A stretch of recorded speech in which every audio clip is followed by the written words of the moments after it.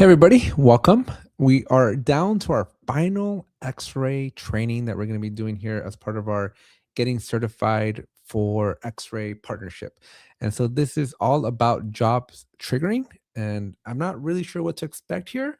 I'm assuming that this is not going to be in our CI/CD tools and actually making the automation happen so that all the Xray and testing stuff just magically happens, because at the end of the day you do not want to be sitting through this stuff and firing things off manually. You want these things to happen in a semi-autonomous manner. So make sure you hit the subscribe button, drop a like, and again, this is our last of our Xray certification series. We are going to be coming back with more live streams though, folks. We're going to be coming back, I believe, with Red Hat is the next one. And so again, make sure you're being subscribed to the channel here. And I am already in communications with Xray, so we are going to be doing some more like webinar style and some more technical trainings and tutorials for y'all. So hope you're enjoying the Xray content. Let's talk about jobs triggering for Xray Data Center. So before you begin, again, this is an Xray exclusive enterprise feature, enterprise being the keyword, and you do need both Xray and you need Xray enterprise, and this is for data center. So again, I don't know if this capability exists in the cloud, but just know that this is for data center. We're going to understand the logic and configuration of remote job triggering functionality. We're going to see end-to-end how to trigger jobs in our CI/CD tools and learn how to send the results back to Xray after triggering a job. So a little bit of content here is remote jobs triggering overview, setting up your remote jobs triggering, running the remote jobs, and then some end-to-end examples using Jenkins and GitHub. So why use remote job triggering? Very important question. Most pipelines are triggered by a commit action, but sometimes we have the necessity to trigger a remote job to perform some action, such as validating a change in a specific feature, validating a new deployment or new environment, validating new tests on the fly, or running some automation from Xray test plan or test execution. So what exactly is remote job triggering? So remote job triggering is the ability to start a job directly from an Xray entity, like a test plan or a test execution. Xray is agnostic to the logic implemented on the remote job, giving you the flexibility to implement whatever you like. The remote job can perform all sorts of tasks, including building, deploying the project to an environment, and or running automated tests. And most common use case is to trigger the execution of an automated test. So what exactly is a remote jobs triggering main feature? So it's to start the execution of a job from an Xray issue. So the trigger is going to build on the CI/CD tool without leaving Xray, improving tester performance and streamlining the workflow. It's going to pass information to the build, such as the issue key of the test execution plan. It's supported with Jenkins, Bamboo, GitHub, GitLab, and Azure DevOps. I am very surprised that Bitbucket isn't in here. I would have expected Bitbucket because, well, I guess in the data center world, Bamboo is the Bitbucket. So maybe I'm not too surprised now. And you can have multiple remote triggers management. So results are not pushed back to Xray automatically, but it's implementable. So what's the process? So we're going to set up in our CI/CD tool, we're going to create a job on the target CI/CD tool and configure the authentication for remote triggering. Then we're going to set up a remote trigger configuration in the Jira project, which is then going to trigger the remote job on the target CI/CD tool from a test plan or test issue. So to set up in CI/CD and an Xray is done once as part of the preparations to start using remote triggering. Next up, we're going to go to a little slow today. Come on, Jira, you can do this. Hello. We got our first customer. Xray is being a little slow today. I'm not sure what's going on. I should have moved over to the next slide by now.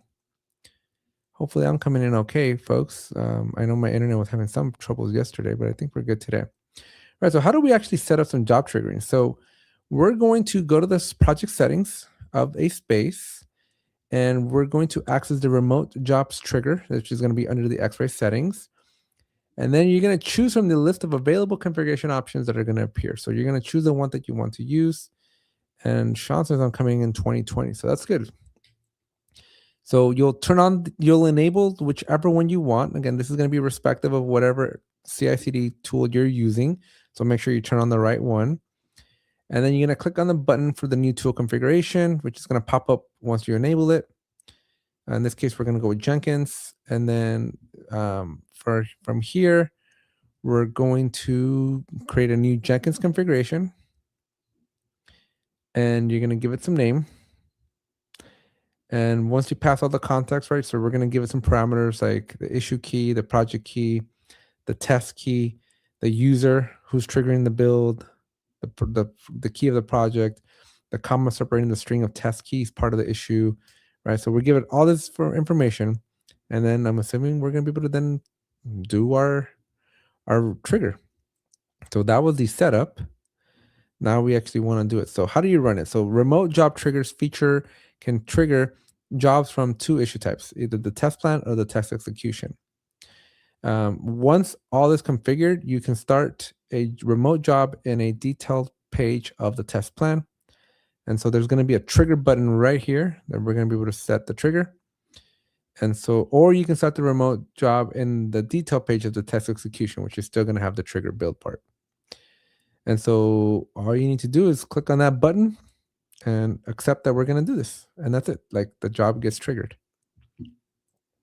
It's interesting. I would have expected this to have come from your CI/CD tool more. Like I would have expected the trigger to just be part of like your nightly build or something. I'm a little surprised that it's coming in from the actual like test plan or test execution itself. For this course, we will assume the role of a QA engineer working on an e-commerce company. Our task is to test the new authentication functionality. The team has pipelines defined that will be triggered automatically when a commit happens and ship results back to Xray for proper visibility. We're working in the new authentication functionality and have defined automated tests to validate it. The development team will deploy this feature in an environment, and after manual validations, we want to launch the automated test again in that environment and centralize the test results.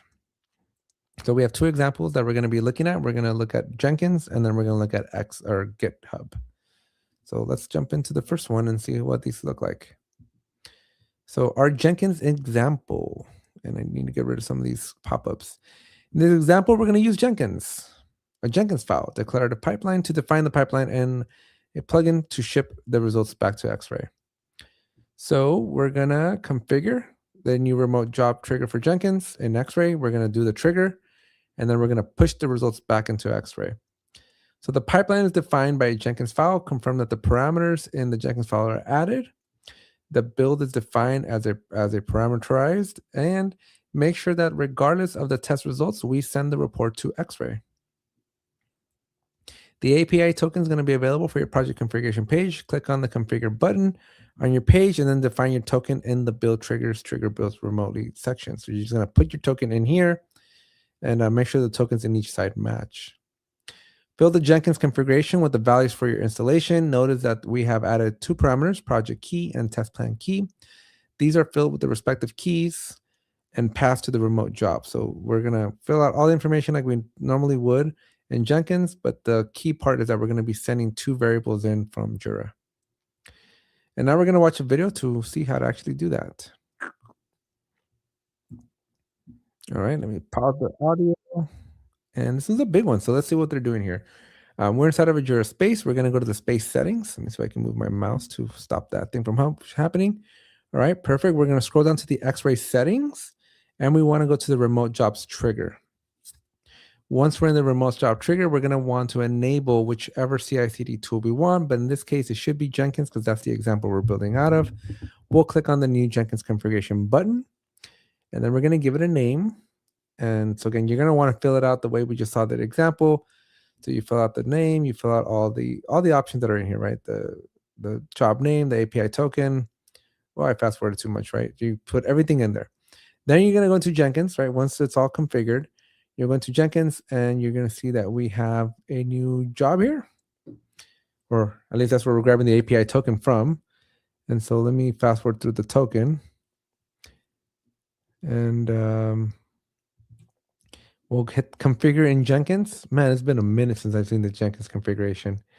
We'll double check that the triggers are the same, or the tokens are the same. And we'll come back, paste it all in there. We got our username. In this case, we're going to do admin. We'll get the API URL. That's going to be unique to your guys' environment, your password. And then this is where we're going to add those two extra parameters from Xray so that Jenkins knows what values we're sending in from Xray. Okay, so then we're ready to go into our Jenkins file.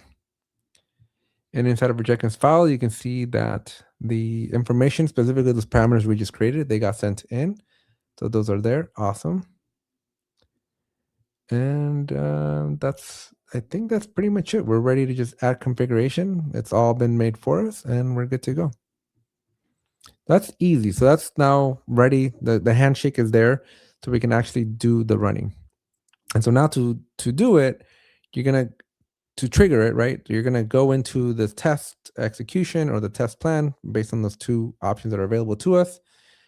We'll click on that button, which is then going to give us this pop-up message showing us the status of the trigger, whether it's a success or a failure. And then that's it. So now we got to see a video on how to actually do those steps that we just did. So let's go to that. All right, got to get rid of these and I got to beat the sound. All right, so in 28 seconds or less, we're going to go open up one of our test plans. In this case, it's going to be C6. It's a test plan. And you're going to see that we have a trigger build section inside of this new Xray section, right? And so we'll be able to, come on, go to the trigger build and then fire it away. And because we've already done the handshake, because the code and everything in Jenkins is all correct, this is now just going to run and then we'll see the successful run there. So now that those are done, we can do the results. So the results are not going to be automatically shipped back to Xray. To achieve that, we have added a new stage in our Jenkins file. So this is a new step that we got to add to make sure that the information comes back. So you may want to copy paste this code to a certain degree, right? And then once you do that, the results are going to get pushed back into Xray, and we're going to be able to view those results inside of Xray. So let's see a video on what that one looks like.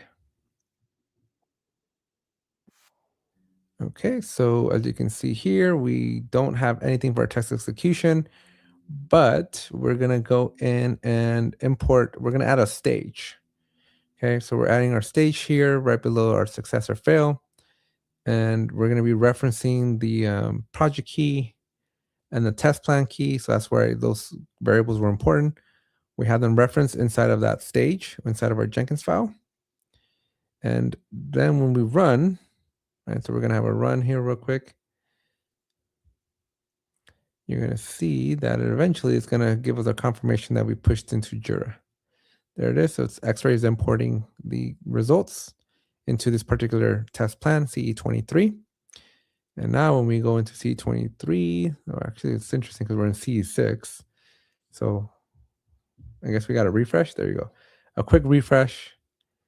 And then it'll tell us what passed or failed. And I guess the execution is now CE23. So as you can see, that's the only way to get those information from Xray or Jenkins back into Xray, which is something, folks, you're going to want to do. I'm actually quite surprised that this isn't the default setting. If I was Xray, I would do that as the default, because like, who doesn't want to see the results of their work? I can't imagine a scenario where you wouldn't want to see that. Okay, so that was Jenkins. So now we're going to basically do the exact same thing. So I'm going to power through this one a little bit more.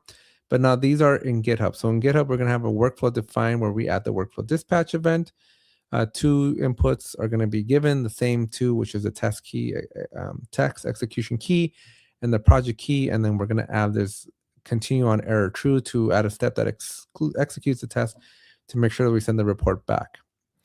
And so you'll do very similar, right? We're going to add that connection. We're going to make all those, fill out all the data we need so that Xray and Jira can talk to each other, and GitHub. And then we're going to go in and actually run the execution. So let's go look at a video where we're going to actually run through this execution here. Move this out of the way, go on mute. All right. So inside of our Jira, we're going to go back to our project settings. We're going to go back to the Xray settings here on the left-hand side, go to the remote job trigger. And this time we want to enable GitHub, because that's the example that we're trying to do this time. From here, we're going to click on that new GitHub configuration. And again, I'll kind of fast forward through this, folks, but you're basically teeter-tottering back and forth between Xray and GitHub so that you can get all the information that you want, right? And so they're just going to Again, go through all this information here, and you're just copying settings, tokens, variables. You're just grabbing them, and you just have to go through the basic. Just make sure the data is the same, because if they're not, then you're going to run into some problems. Okay. And so we're just adding those variables again. We're going to add the project key and the text execution key. And we're going to make sure that on the GitHub side, everything looks good on that side as well. And we want to modify our files here so that everything's, again, matching up with what we're putting into Xray. Because if you don't have them, right, if something's missing, then this thing's not going to work correctly, right? So here we can have the workflow dispatch, where we're going to put things back inside of, well, actually, I don't think that this is the part to do that yet, but we're getting there. We're almost there. All right, so now we're going to go trigger the job.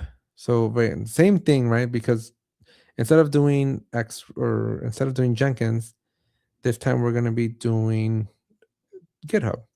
But it's the same thing, right? We gave it a name, and we just click the same button, and it's just going to successfully either run or it's going to fail catastrophically. And so here it is doing the execution. You're just going to pick your test plan or your test execution. Both are going to work. In this case, we're looking at a test execution. We're going to go to the trigger build section. As you can see, there's nothing else happening here. We're going to run this, and then it's going to just fire off because we've already done all the handshakes. Everything is kind of configured, and that's it. So now we can go into GitHub and make sure that it's sending the information back. So those results, again, are not going to be automatically shipped unless you add this code back into the workflow inside of GitHub. And so when we do that, then we're going to be able to get that data back. So let's go take a look at what this looks like in GitHub. So we're going to make our way over to our node. Let's see where we're at, the main.yaml. And we're going to scroll down to the section here that's going to import the results back into Xray. So highly recommend you copy this. Again, tweak it to your specific settings, but you're going to want to copy this to a certain degree. Make sure your test keys and project keys and all that are valid, and that they're the right ones that you need. And then we're going to be able to actually do the run, right? So now we have the pass, and so we can see that the results from our execution, we're going to basically bring them back here. And now that data is inside of Xray. So yay, that's really good. We wanted that. All right, if you want to learn more on this stuff, you're just going to be able to go to these links. Again, if you go and take any of these in their Xray Academy, you'll be able to see all the different links. But as you can see, there's 2 examples here with Jenkins and GitHub. And then let's start a quick survey here. This is actually going to be a pretty fast one. I thought it was going to take a full hour, but I guess I'm going to be able to go to lunch. We'll give this one an 8. I think this one was a little bit better than yesterday's, a lot easier. And then we'll hit submit and next. And then we just want to complete our unit. We want to make sure our boss knows that we finished it up. So download our certificate. And folks, that's it. I am completely done with all the Xray stuff here. And so now all I need to do is take a test. It's 30 minutes, 20 questions. And so I'm going to go take that test, and I'll let you know if I pass or fail. Hopefully I pass, because I need to pass. I haven't failed them yet, so I don't know if I can retake them, but I'm hoping I can retake them if I do fail. But that's pretty much it, folks. Again, hit the subscribe button, because we're going to be coming back. We're done with Xray for now. I did mention at the beginning, we do have a new partnership with Xray because we're passing the certificates. So we're bumping up in levels, and then Xray has already reached out to me. They want to do some extra videos with us. So we're going to be collaborating on some new videos. So expect some more technical content coming very soon. I want to definitely jump in and do more example-based videos so that y'all have a better understanding of how to use Xray much, much better. All right. So again, subscribe. We will be doing a lot more videos, but we are going to continue live streams in Red Hat next. So hit that subscribe button, drop a like, and we'll see you in the next one. Thank you, everybody.